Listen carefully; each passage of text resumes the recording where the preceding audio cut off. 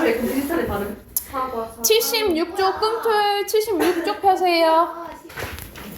여러분 76쪽 소설 먼저 하고 시도 한번 해볼게요. 시도요? 네. 소설도 하고 시도 하고 다 하고. 시도 하고. 자, 76쪽 보면은 여기서는 박완서의 겨울나들이라는 작품인데요. 자, 박완서 작품이 교과서에 많이 좀 수록돼 있어요. 박완서 작품이 많이 자주 나오는데 이 박완서는 소설이 약간 자전적이라고 생각하시면 돼요. 그러니까 말 그대로 자기 생애를 좀 기반으로 좀 소설을 많이 썼다 이런 경향들을 알고 계시면 되고요. 갈래는 단편 소설, 분단 소설이고요. 그럼 배경이 6.25가 나오겠지, 그치? 자, 외부 이야기는 1인칭 주인공 시점이고 내부 이야기는 전지현 작가 시점이래요. 그럼 외부 이야기, 내부 이야기가 있다는 것은 무슨 구성인 거야? 그렇지, 액자식 구성이라고 보시면 되고요. 자, 배경은 1970년대 겨울이고요. 내부 이야기는 한국전쟁 때예요. 주제는 한국전쟁으로, 말 그대로 6.25 전쟁으로 인한 상처와 가족애를 통한 극복이고요. 가족의 소중함과 삶의 의미에 대한 깨달음이라고 보시면 됩니다. 특징 첫 번째, 여정. 말 그대로 여기서는 겨울 나들이라고 해서 이제 주인공이 여행하는 이제 여행을 떠나거든요. 그 여정에 따라 갈등의 전개와 해결 과정이 나타나고요. 자, 그리고 1인칭 주인공 시점을 통해서 인물의 심리를 생생하게 드러냈다라고 보시면 됩니다. 자, 그럼 본문 가볼게요. 상업적으로 날리는 화가는 아니었지만 꽤 개성 있는 특이한 자기 세계를 고집하고 있어 그런 대로 알려지고 평가도 받고 중견 화가인 남편은, 그러니까 남편의 직업이 화가인 거예요. 요즘 세 번째 개인전을 앞두고 그 준비 때문에 집에 들어오지도 않고 시내에 있는 아틀리에에 묵는 일이 많았다. 남편의 건강이 염려돼 나는 가끔 먹을 것을 가지고 나가보고 남편은 옷을 갈아입으러 집에 들르고 하는 정도였다. 어제도 나는 시내에 갔다가 로스고기를 좀 사가지고 아틀리에에 들렀는데 출가한 딸이 와 있었대. 남편은 출가한 딸을 모델로 그림을 그리고 있었는데 극도로 단순화, 동화한 풍경이나 동물을 즐겨 그릴 뿐 인물이 남편의 그림에 등장한 걸 거의 본 적이 없는 나는 적이 놀랐는데 좀 놀란 거야. 그리고 그 인물화는 남편의 종래 화풍과는 전혀 다른 끔찍하도록 섬세하고 생생하고 사실적인 그림이었대요. 그렇게 똑같이 닮게 그린 그림이 좋은가 나쁜가는 둘째고 나는 울컥 혐오감을 이제 느꼈는데 그러니까는 거기서 잘 그렸다 이게 아니고 혐오감 느껴진 거야. 왜 그러냐면 혼까지 올마붙은 영정을 본 느낌이었대. 우리 죽을 때 이제 찍은 사진에 영정 사진이라 하잖아요. 그쵸? 그런 것처럼 너무 사실적으로 보였다 이 말이야. 더욱 질린 건 모델인 딸과 화가인 남편이 이루고 있는 미묘한 분위기였는데 부드럽고 따숩고 만족한 교감은 사랑하는 부녀 사이 그것을 이해할 수 있었으나 부녀 일상에 비밀스러운 무언가 있어 보였대. 둘이만 친하고 싶은 눈치가 역력했다. 둘은 나를 예의 바르게 반겼는데도 나는 밀려난 것 같은 느낌을 든 거야. 그러니까 말 그대로 그 부녀 사이에 약간 소외감을 느끼게 된 거야. 왜 그러냐면 출가해서 3년째 갓 돌진한 처대를 두고 있는 딸은 처녀 때와는 또 다른 윤택하고 기품 있는 아름다움으로 소파에 이제 단정히 앉아 있었는데 한청 때구나 하는 찬탄과 동시에 섬광처럼 눈부시게 어떤 깨달음이 왔는데 어떤 깨달음이냐? 꼭 저맘때였겠구나. 남편이 난리통에, 그 난리는 6.25 전쟁 때 얘기하는 거야. 첫 번째 아내와, 그러니까 말 그대로 이 딸이 자기 친딸이 아닌 거지. 생이별한 게 꼭 첫 번째 아내가 지금 딸만한 나이 때겠구나 하는 깨달음은 나에게 얼마나 충격적이었던가. 그래서 여기가 깨달음 첫 번째 드러난 부분이라고 보시면 되고요. 더군다나 딸은 내 친딸이 아니고 남편과 첫 번째 아내 사이에 난 딸이었다. 딸은 엄마를 닮는 법이다. 남편은 딸을 통해 이북에 두고 온 당시 아내의 모습을 되살렸으면 틀림없대. 그러니까 이런 기분 나빠하는 거, 혐오감을 이게 느꼈던 거야. 이게 깨달음 두 번째 표시하시면 되겠죠. 나는 그 여자보다 훨씬 손아래지만 지금 옆에서 볼품없는 꼴로 늙어가는데 그 여자는 남편의 가슴 속에 지금의 딸의 모습처럼 빛나는 젊음과 아름다움으로 간직돼 있었구나 싶자 질투가 막 난 거야. 그 첫 번째 부인에 대한 독사 대가리처럼 직유법 나왔고 고개를 드는 걸 느꼈다. 여자의 질투를 위해서 휘어잡을 머리채가 마련되어 있을 법이다. 그러나 나는 지금 누구의 머리채를 휘어잡을 수 있단 말인가? 그러니까 말 그대로 질투의 세상이 지금 있어 없어? 없는 거야. 나는 점잖게 예사롭게 볼 수밖에 없었고 그건 여간만 고통스러운 게 아니었다. 발산시키지 못한 질투심은 서서히 여태껏 산 게 온통 헛산 것 같은 허탈감으로 이어졌대요. 그러니까는 자기 친딸도 아닌 나를 키우고 막 이렇게 잘했는데 말 그대로 내가 산 게 제대로 생긴 게 맞을까? 이런 이제 허탈감을 느끼게 된 거야. 사느라고 열심히 살았건만 이북에 노부모와 아내를 남겨두고 어린 딸 하나만 업고 내려온 핀털터리. 게다가 나이는 나보다 12살이나 더 많고 직업도 불안정한 무명 화가를 불쌍히하다가 그만 사랑하게 돼서 결혼까지 하고 호라비와 어미 없는 어린 것에 군기를 닦아내고 사랑하고 섬기고 살아온 게 큰 허탕을 친 것처럼 억울하게 느껴졌대. 그러니까 별별 생각이 다 드는 거죠. 소가 산 것 같은 헛산 것 같은 기분은 씹으면 씹을수록 고약해서 나는 얼굴을 찡그렸다. 어디가 아프냐고 남편과 딸이 근심스러운 듯이 물었다. 당연히 이제 남편과 딸은 이런 기분을 모르겠죠, 그렇죠? 나는 속상한 일이 좀 있는데 어디로 헐헐 혼자 여행이나 떠나고 싶다고 얘기했다라는 거야. 그러면서 이제 여행을 떠나게 돼요.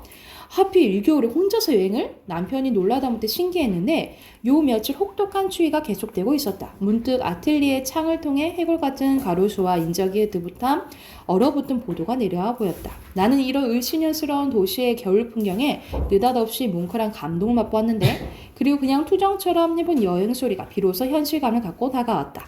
그리고 정말 당장 떠나리라 하고 마음 먹은 거예요. 그래서 여행을 이제 떠나게 되는데 들어 넘겨볼게요. 자, 중략 줄거리 봐볼게. 남편과 딸에 대한 배신감에 혼자서 겨울 여행을 떠난 나는 온양의 호숫가 여인숙에서 쉼없이 도리지라는 노파, 우리 이렇게 도리들 이렇게 하는 거 있잖아요. 이 도리지라는 노파와 시어머니인 노파를 헌신적으로 봉양하고 있는 아주머니를 만납니다. 한국전쟁 당시 아주머니는 남편의 안전을 위해서 시어머니 노파에게 도리지를 곁들여 모른다라는 말을 주입시켰는데, 그러니까 이 며느리가 시어머니한테 어머니 혹시라도 누가 애비 찾거든 모른다고 하세요. 무조건 모른다고 하세요 하고 이제 시킨 거야. 어느 날 시어머니는 퇴각하던 인민군을 만나게 됩니다. 말 그대로 북한군을 만나게 된 거예요. 몰라요 정말 난 모른단 말이에요 하면서 이제 여기서는 이제 내부 이야기인 거야. 소름이 쭉 끼치고 간담회 서늘해지는 처참한 비명이었다. 그녀도 뛰어나가고, 그녀는 지금 그 아주머니 얘기하는 거예요. 그녀의 남편까지도 엉결결에 뛰어나갔대. 잠깐 아무도 분별력이 없었다. 저만치 뒷간 모퉁이에 폐잔병인 듯한 지치고 남루한 인민군 서너 명이 일제히 총부리를 시어머니에게 겨누고 있었대. 그들도 놀란 것 같았다. 그들은 처음부터 누굴 해치려고 나타났기보다는 그냥 시어머니와 마주쳤거나 마주친 게 옷이나 먹을 것을 달라는 작정이었는지도 모른다. 그런데 그들이 무슨 말을 걸기도 전에 시어머니는 그 자리에 꼼짝도 못하고 복박힌 채 고개만 미친 듯이 저으며 몰라요, 난 몰라요 하면서 딴 사람처럼 드높고 세댄 소리로 되풀이했대. 폐잔병주 한 사람이 눈에 살기가 번뜩이는 순간 총이 그녀의 남편을 향해 난사됐다라는 거야. 그녀의 남편은 처참한 모습으로 나동갈아지고 그들도 어디론지 도망쳤다. 일은 순식간에 일어나 버린 거예요. 그 후 거의 실성하다시피 한 시어머니를 오랫동안 극진히 봉양한 끝에 어느 만큼 회복은 됐지만 그때 뒷간 모퉁이에서 죽기 길을 쓰고 흔들어낸 돌이지만은 그때 같은 방역만 가졌다 뿐 멈출지 모르는 고질병이 된 거야.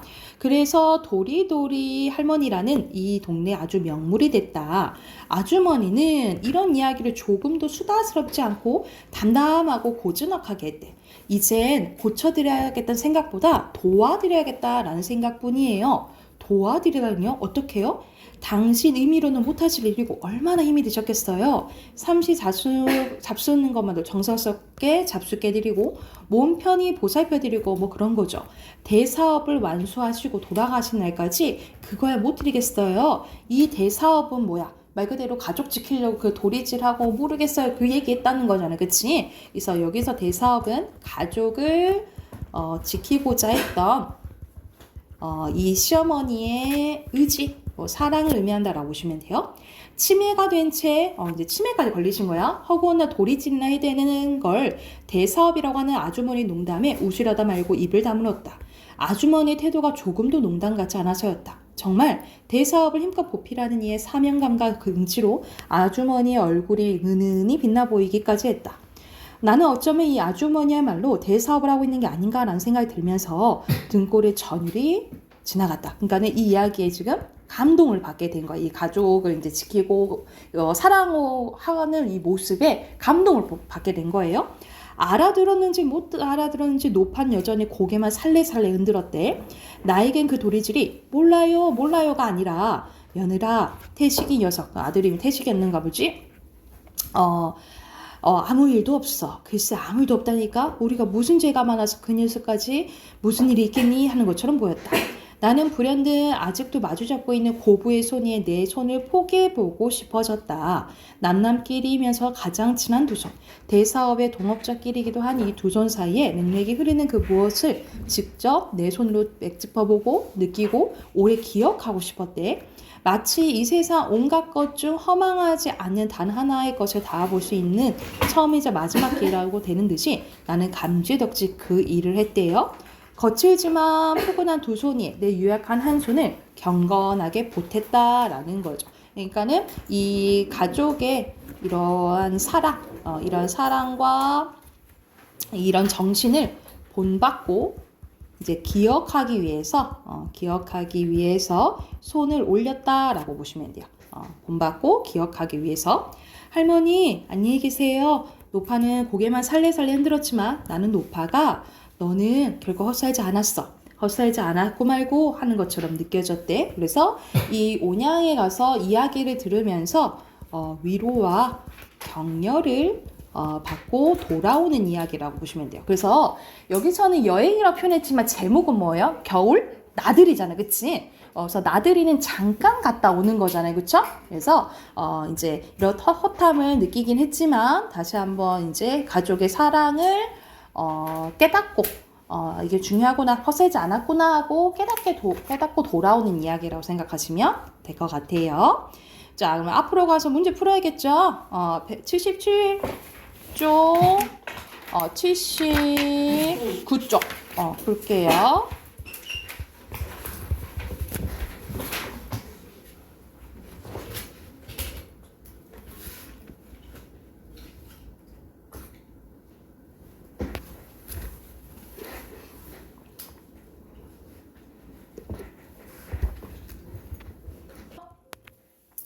자, 77쪽 1번의 서술사인 특징은 여기서는 1인칭, 여기서는 주인공 시점이잖아요. 그쵸?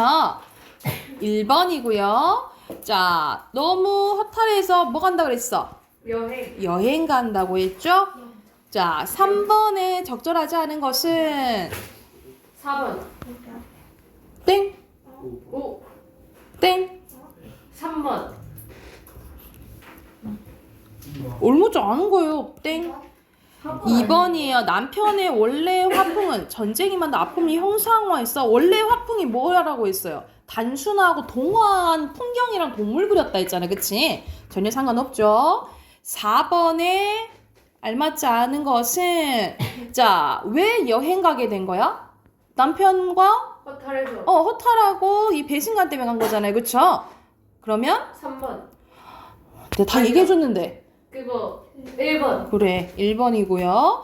5번에 적절한 것은 질투 느낀 거지. 첫 번째 그 아내에 대한 5번이고요. 6번에 적절한 것은 특히 겨울이라는 것이 되게 쓸쓸하고 막 이런 것들이 느껴지잖아. 3번. 그치? 3번이에요. 그리고 여기서는 독사 대가리. 자, 뒤로 넘겨서 1번에 적절하지 않은 것은 여기서는 이제 계속 도리질하는 건 어쩔 수 없어. 그래서 마지막에 아주머니는 도와드려야겠다 얘기하잖아. 고쳐드린 게 아니고 5번이고요. 2번에 적절하지 않은 것은 5번이에요. 실성하다시피 했다가 회복한 후에도 노파가 계속 도리질하는 이유는 내가 죽인 거 아니야 이건 것 때문인 거야? 아니면 자기 때문에 죽은 거잖아 거의. 그런 말 그대로 죄책감 때문인 거죠. 됐나요? 집중해라 진짜.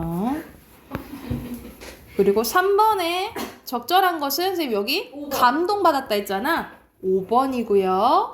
자 4번에 선생님이 아까 전에 돌아오. 겨울 여행이 아니고 나들이라고 한 이유는 갈등을 해소하고 다시 집으로 돌아오. 돌아옴을 의미한다. 뭐 돌아감을 의미한다. 이렇게 쓰시면 되겠죠.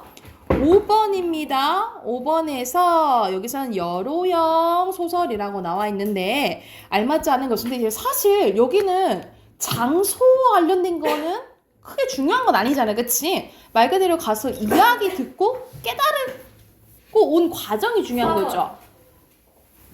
4번이죠. 틀렸다. 선생님 설명 듣고 맞춘 거야. 자, 앞에 가서 시 하나 할게요. 왜요? 왜요?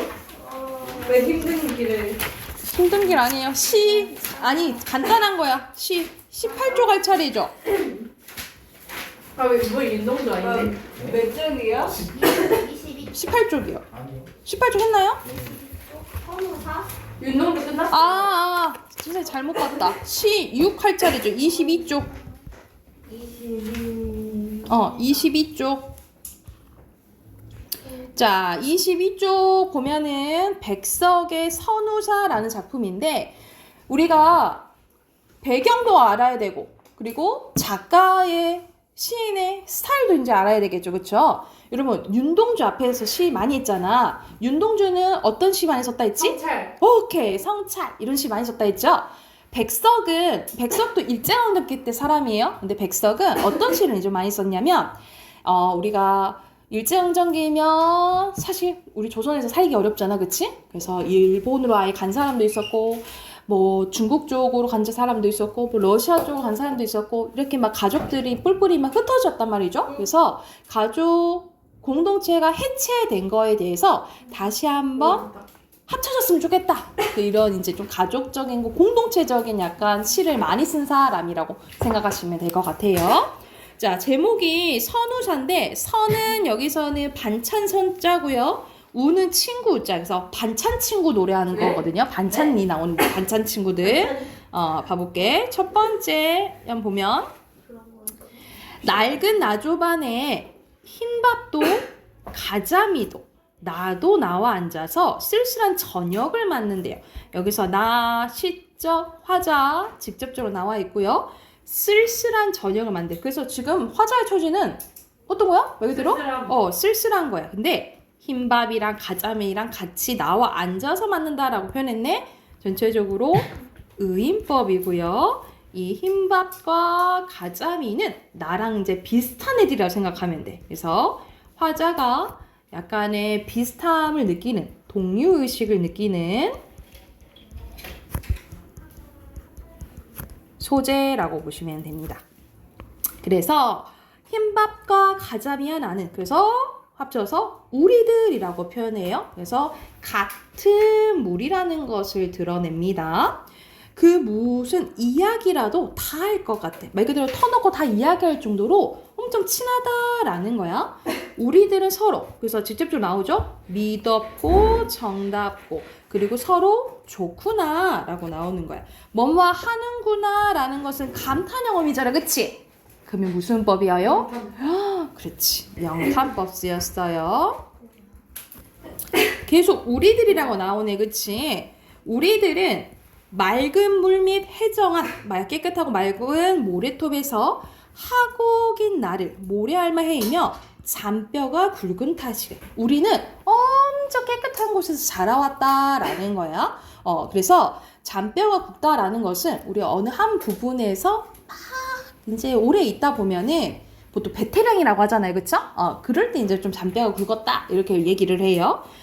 그리고 바람 좋은 한 벌판에서 물닭이 소리를 들으며 청각적 심상도 나오네요. 다닛을 먹고 나이가 들은 탓이고 외따른 산골에서 소리게 소리 배우며 다람쥐 동무하고 자라난 탓이다 하면서 여기서는 비슷한 문장 구조 좀 반복되죠. 그쵸? 끝부분 반복된다라고 생각하시면 되고 그만큼 나는 오염되지 않는 곳에 있어서 엄청나게 깨끗하게 잘 자랐다라고 생각하시면 될 것 같아요. 우리들은 모두 자 특징 공통점은 욕심이 없어요. 욕심이 없어서 하얘졌대. 희어졌대. 시각적 심상. 착하디 착해서 얘는 또 공통점 착하디 착해서 새과슨 억센 가시 하나 소나기 하나 없대. 그러니까 우리는 되게 폭력적이지도 않고 비폭력적. 욕심도 없다 이렇게 생각하면 돼요. 그래서 너무나 정갈해서 이렇게 파리했대. 또 시각적으로 표현했네. 그치? 그래서 여기서는 우리 파리해졌다 이렇게 안색이 좀 안 좋을 때 좀 파리해졌다 이렇게 표현을 하거든요. 약간 핏기가 없는 이렇게 생각하시면 돼요. 그래서 우리들은 가난해도 서럽지 않고요. 우리들은 외로워할 까닭도 없고요. 우리는 누구 하나 부럽지 않대. 그 말 그대로 만족하면서 살고 있는 거예요. 그렇죠? 그래서 여기서는 완전 비슷한 문장으로 좀 반복됐죠. 대구법 쓰였어. 흰밥과 가자미야 나는 우리들은 같이 있으며 뭐뭐 하면 뭐예요? 가정법이죠. 세상 같은 거 밖에 놔도 좋을 것 같아. 그래서 이런 세상 밖에 우리끼리만 살아도 난 괜찮을 것 같아 라고 만족하는 거예요. 그래서 여기서 뭘 알 수 있냐. 이 세상이 좋은 것만은 아니다. 아는 거죠. 세상이 별로다. 부정적인 상황임을 암시하는 거고요. 서로 이제 흰밥이랑 가자미랑 나랑 이제 정감 있게 지내고 이 세상과의 거리감을 좀 드러냈다라고 보시면 될 것 같아요. 위로 가서 정리된 거 볼게요. 자, 갈래는 자유시 서정시고요. 주제는 욕심 없고 정갈한 삶에 대한 지향. 사물에 인격을 부여해서 친밀감을 드러냈고요. 화자가 지향하는 삶의 태도와 유사한 대상을 통해 주제를 나타냈다라고 보시면 됩니다. 밑에 보면 제목의 의미 나와 있거든요. 선이 반찬 선자에다가 우가 친구라 했어요. 그래서 반찬 친구의 뜻으로 친구 같은 음식에 대한 글, 밥과 반찬들을 친구로 삼아 소개하는 글이라고 생각하시면 될 것 같아요. 가자미와 흰밥과 나의 공통점은 욕심 없고 착하디 착하고 정갈한 삶을 지향을 합니다. 그래서 이걸 봤을 때 화자가 지향하는 삶은요. 자, 욕심이 없이 만족하는 거예요. 그래서 우리 어휘 시험 받았잖아요. 비니 모험 안 빈낙도라고 보시면 됩니다. 가난하더라도 만족하면서 사는 게 이 삶의 화자가 지향하는 삶의 자세라고 생각하시면 될 것 같아요. 참고하면서 오른쪽에 문제 풀어보세요.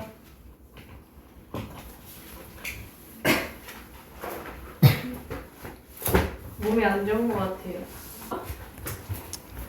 자, 1번에 알맞지 않은 거 봐볼게. 여러분 색채 이미지가 나오긴 하죠.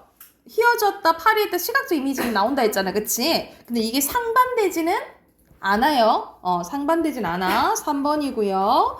그리고 2번에 적절한 거 5번이고요. 이거지. 이건 좀 헷갈려 하더라고요. 1번이랑.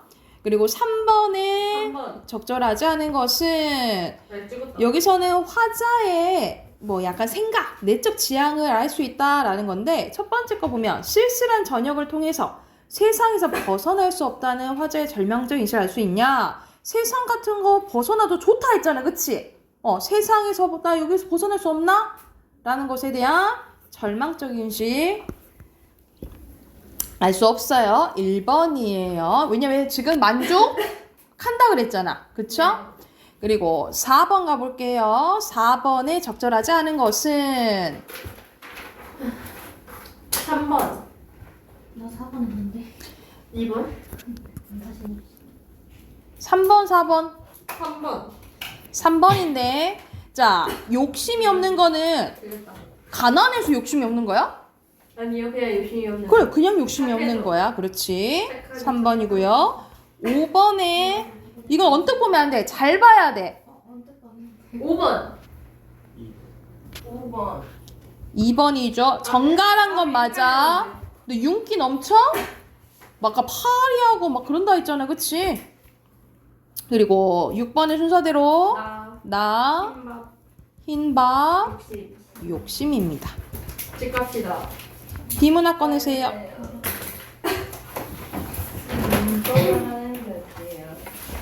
이거 하고 할 거야. 걱정하지 마. 아니 하나만. 50쪽 가요. 50쪽. 하나만 하면 안 돼요. 시끄러. 5쪽이요? 50쪽부터 53쪽까지 풀게요. 너무 슬프다. 있는 예수. 뭐가 너무 아 시험 대비하고 싶다. 네, 저희 시험 대비 미리 할까요? 시험 대비요? 아이. 자, 여기서는 불회송에 대해서 나오네요. 여기서 불회송은 일상적인 순간에 예술적 생명감을 불어넣는 결정적인 순간의 미학을 탄생시킨 사진작가래요. 그는 피사체가 의식하지 못한 상태에서 피사체의 자연스러운 동작이나 표정을 찍는 사진 기법을 활용해서 자신의 예술성을 드러냈는데, 이 예술성을 드러내기 위해서 안정성과 유동성을 기반으로 해서 움직임 가운데 균형을 잡아낸 사진을 촬영했는데요. 여기서 안정된 구도란 회화에 기초한 구도를 통해 사진에서 안정감을 느낄 수 있도록 하는 걸 의미하고요. 그리고 그가 사용한 회화의 구도는 황금 분할 구도, 기하학적 구도, 주요 요소들을 대비시킨 구도였습니다. 그래서 황금 분할 구도는 3대2의 비율로 화면을 분할한 것이고, 기하학적 구도는 여러 종류의 도형을 채워넣는 것입니다. 주요 요소들 간의 대비로는 동과 정의 대비, 상하 대비, 좌우 대비, 좌우 대각선 대비를 사용했대. 그는 이와 같은 안정된 구도에 기반이 되는 공간을 미리 계획했는데, 그리고 유동성은 움직이는 대상에 집중하는 것으로 그는 자신이 미리 계획했던 구도에 움직이는 대상이 들어와 원하는 형태의 구성을 완성한 순간이 포착될 때까지 끈질기게 기다리는 거예요. 그러니까는 미리 세팅을 해놓고 그게 들어와서 딱 있는 순간만을 계속 기다렸다 딱 찍는다라고 생각하시면 되겠죠. 한편 카메라를 눈의 연장으로 생각했던 그는 화각이 인간의 시야와 가장 비슷한 표준 렌즈를 주로 사용해 사람의 눈높이에서 촬영했대. 이때 화각은 카메라 렌즈를 통해 이미지를 담을 수 있는 범위를 얘기합니다. 그는 표준 렌즈에 비해 화각이 넓은 광각 렌즈나 플래시 사용을 되도록 피했대요. 이 장치를 보면 눈으로 보는 건 달라지기 때문이라는 거지. 그는 순간 이미지라는 자신의 사진집에서 결정적인 순간이란 어떤 사실과 관련해 시각적으로 포착된 다양한 모습들이 하나의 긴밀한 구성을 이루고 그 구성 안에서 의미가 실리는 것을 순간적으로 동시에 인식하는 것이라고 정의 내렸대. 그는 내용과 구성이 조화를 이룬 결정적 순간을 발견하고 타이밍에 맞춰 촬영했다라는 거예요. 근데 이와 이제 다른 이제 인물이 나오죠. 마크 코엔이 이제 나오는데, 이 사람은 불회송의 영향을 받아서 자신만의 또 결정적인 순간을 포착했는데, 그는 돌발성을 기반으로 한 근접 촬영 방식을 택해 독특하면서도 기발한 결정적인 순간을 포착했대요. 이 사람은 이 불회송과 달리 광각 렌즈를 부착한 카메라를 들고 길거리에서 마주치는 사람들에게 돌발적으로 접근해 카메라를 허리 밑에 위치한 상태에서 자유로운 각도로 촬영했대. 그리고 그는 대상의 일부만 잘라낸 구도를 사용하기도 했으며, 불회송이 사용하지 않은 플래시를 사용해서 그림자의 모양을 자신의 의도대로 변화시키기도 했대요. 즉, 그는 자신이 원하는 형태의 사진을 촬영하기에 적합한 방식으로 눈으로 보는 세상과 다르게 보이도록 인공적으로 만든 자신만의 결정적인 순간을 포착을 한 거예요. 이처럼 예술가가 자신이 원하는 순간에 포착하는 것의 중요성을 보여준 불회송의 결정적인 순간은 사진작가가 각자의 개성이 담긴 결정적인 순간을 확대되면서 예술 지평을 넓혔다라는 평가를 받는데, 이건 의의까지 이제 나온 거죠. 그렇죠? 그러면 1번은 알게 된 점은 여기 내용이 나와 있는 거겠죠. 그렇죠?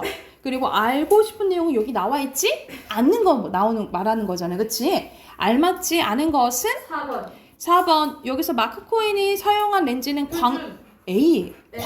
광각이라 했잖아요. 그쵸? 4번이고요. 그리고 2번의 기억은 불회송, 니은은 마크 코엔이거든요. 알맞지 않은 것은 5번. 돌발성을 기반으로 한 건 마크 코엔만 해당되죠? 5번이에요. 그리고 이거는 브레송이에요. 브레송. 브레송의 이제 입장 보면 알맞지 않은 것은 미리 이제 계약 켜놓고 들어올 때까지 끈질기게 기다렸다 했잖아. 그치? 5번입니다. 뒤로 넘겨서 빈칸 넣을게요. 브레송의 결정적 순간. 결정적 순간이고요. 뭐 하는 거? 1번에 예술적, 2번에 안정감, 유동성, 화가 표준, 틀렸다. 렌즈, 5번에 의미, 6번에 돌발성, 관광 렌즈, 순간 8번에 순간이고요. 영향 여긴 너무 쉽다. 영향을 준 거죠? 차이점 그리고 여기서는 상반되잖아. 차이점 반대 대조입니다. 대조. 아니, 차이점이랑 대조입니다. 비슷한 결정적 순간 포착한 거 맞아요. 일상 순간에서 맞고요. 틀리고 실제 모습 거의 비슷하다 했지? X. 마크 코에는 인공적 인공적으로 오케이. 자, 브레송 결정적 순간 대중의 영향주에 예술 감성의 폭을 넓혔습니까? 맞다. 에이! 아니다 맞다 맞아요. 덮으면 안 돼. 덮지마 대중이 아니라 작가들한테 사진 작가들한테 X예요. 끝 지금까지